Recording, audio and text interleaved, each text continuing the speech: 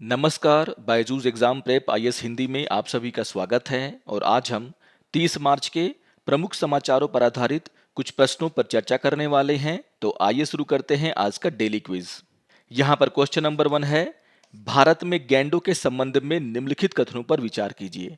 और यहाँ पर आपको 3 कथन दिए गए हैं और आपसे पूछा जा रहा है सही कथन का चयन कीजिए।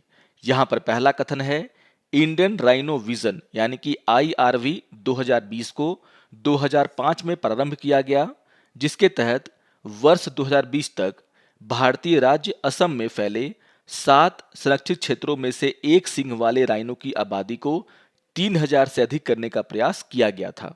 तो यहाँ पर हम चर्चा कर रहे हैं इंडियन राइनो विजन 2020 का, और आपको ध्यान में रखना है कि इसकी शुरुआत 2005 में किया गया था और यहाँ पर यह लक्ष्य रखा गया था कि असम में 2020 तक एक सींग वाले गैंडों की आबादी को 3000 से अधिक करना है।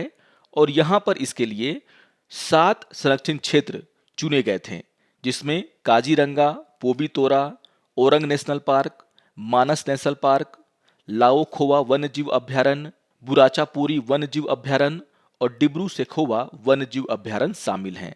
और इसके आधार पर अगर देखा जाए तो यहाँ पर पहला कथन पूरी तरीके से सही है।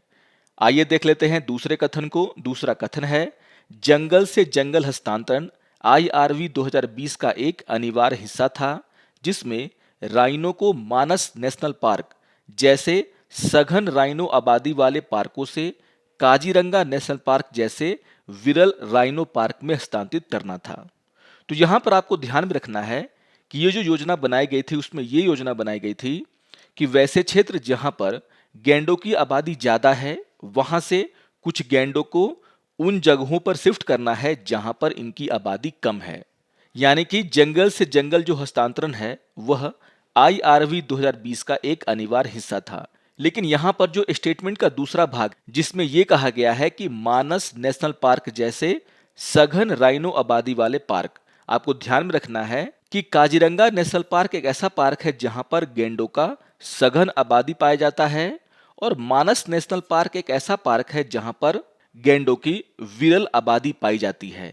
यानी कि यहां पर अगर शिफ्टिंग होगा तो काजीरंगा नेशनल पार्क से गैंडों को शिफ्ट किया जाएगा मानस नेशनल पार्क में, जबकि यहां पर उल्टा लिखा हुआ है और इसीलिए यहां पर जो दूसरा कथन है वह गलत हो जाता है।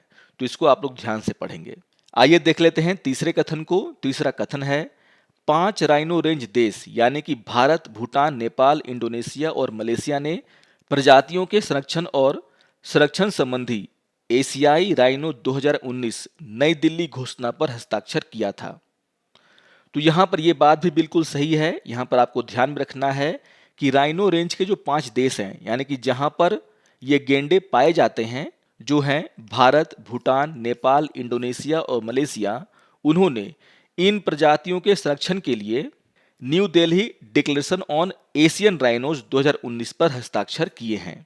और इसके आधार पर अगर देखा जाए तो यहाँ पर तीसरा कथन पूरी तरीके से सही है। यानी कि क्वेश्चन नंबर 1 का आंसर होगा आपका ऑप्शन नंबर बी। यहाँ पर पहला और तीसरा कथन सही है, दूसरा कथन गलत है। तो इंडिया राइनो विजन 2020 बहुत ही इंपॉर्टेंट है एग्जाम पॉइंट ऑफ व्यू से, इसको आप लोग जरूर रिवाइज करेंगे। और इससे जुड़ा हुआ एक न्यूज आज के द हिंदू समाचार पत्र में आया है, जिसका शीर्षक है राइनो पॉपुलेशन अप बाई 200 इन काजीरंगा।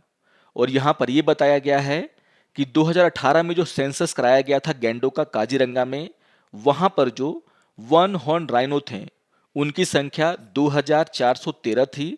लेकिन अभी जो यहाँ पर सेंसस कराया जा रहा है उनमें इनकी संख्या बढ़ी हुई पाई गई है और अब इनकी संख्या लगभग 2613 पाया गया है। यानी कि इसमें 200 का वृद्धि हुआ है। तो बहुत ही इंपॉर्टेंट न्यूज है ये, इसको आप लोग जरूर ध्यान से पढ़ेंगे। आइए अब क्वेश्चन नंबर 2 पर चर्चा कर लेते हैं। क्वेश्चन नंबर 2 है, बिम्स्टेक के संबंध में निम्नलिखित कथनों पर विचार कीजिए। और यहां पर आपको 3 कथन दिए गए हैं और आपसे पूछा जा रहा है सही कथन का चयन कीजिए। यहां पर पहला कथन है, प्रारंभ में इसका गठन 4 देशों ने बिस्ट इसी यानी कि बांग्लादेश, भारत, श्रीलंका और थाईलैंड आर्थिक सहयोग के रूप में किया था।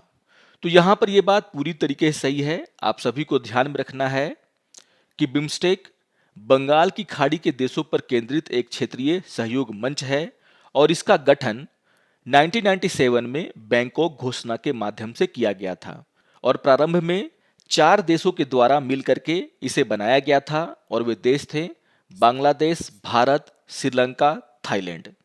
और इसीलिए इसका नाम BIST यानी कि बिस्ट ईसी रखा गया था। यहाँ पर BIST का मतलब है बांग्लादेश, इंडिया, श्रीलंका और थाईलैंड, और यहाँ पर ईसी का मतलब है इकोनॉमिक कोऑपरेशन यानी कि आर्थिक सहयोग। यानी कि यहाँ पर जो पहला कथन है वह पूरी तरीके से सही है।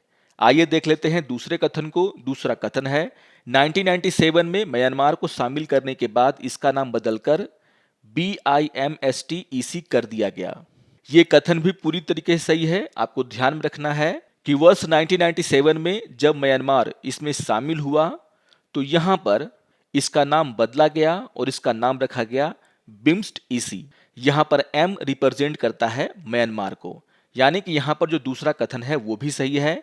आइए देख लेते हैं तीसरे कथन को। तीसरा कथन है 2004 में नेपाल और भूटान के प्रवेश के साथ समूह का नाम बदलकर बंगाल की खाड़ी बहुक्षेत्रीय तकनीकी और आर्थिक सहयोग पहल यानी कि बिम्स्टेक कर दिया गया। तो यहाँ पर ये कथन भी पूरी तरीके से सही है। आपको ध्यान में रखना है कि 2004 में नेपाल और भूटान इस मंच में शामिल हुए थे और उसके बाद इसका नाम बदल करके बिम्स्टेक रख दिया गया। यानी कि यहाँ पर तीनों के तीनों कथन सही हैं और इसीलिए क्वेश्चन नंबर 2 का आंसर होगा आपका ऑप्शन नंबर डी। यहाँ पर सारे के सारे कथन सही हैं। तो बहुत ही इंपॉर्टेंट क्वेश्चन है, बिम्स्टेक अभी चर्चा में है और इस क्वेश्चन को आप लोग जरूर रिवाइज करेंगे। और इससे जुड़ा हुआ एक न्यूज आज के द हिंदू समाचार पत्र में आया है जिसका शीर्षक है इंडिया 6 क्लोजर बिम्स्टेक पार्टनरशिप। इसके ऊपर मैंने आज के DNA में भी चर्चा किया है, आप वहां पर इस चर्चा को सुन सकते हैं। आइए अब क्वेश्चन नंबर 3 पर चर्चा कर लेते हैं। क्वेश्चन नंबर 3 है मनरेगा मजदूरी में परिवर्तन किसके अनुसार तय किया जाता है, और यहां पर आपको 4 ऑप्शन दिए गए हैं। यहां पर आपको ध्यान में रखना है कि मनरेगा मजदूरी में जो परिवर्तन है वह CPIAL यानी कि उपभोक्ता मूल्य सूचकांक के कृषि श्रम में बदलाव के अनुसार तय की जाती है, जो ग्रामीण क्षेत्रों में मुद्रास्फीति में वृद्धि को दर्शाता है। तो यहां पर आपको ध्यान में रखना है कि मनरेगा में जो मजदूरी दी जाती है लोगों को, उसके दर में जो परिवर्तन है वह CPIAL यानी कि उपभोक्ता मूल्य सूचकांक कृषि श्रम में जो बदलाव होता है उसके अनुसार किया जाता है। और इसके आधार पर अगर देखा जाए तो यहां पर क्वेश्चन नंबर 3 का आंसर होगा आपका ऑप्शन नंबर ए, उपभोक्ता मूल्य सूचकांक कृषि श्रम।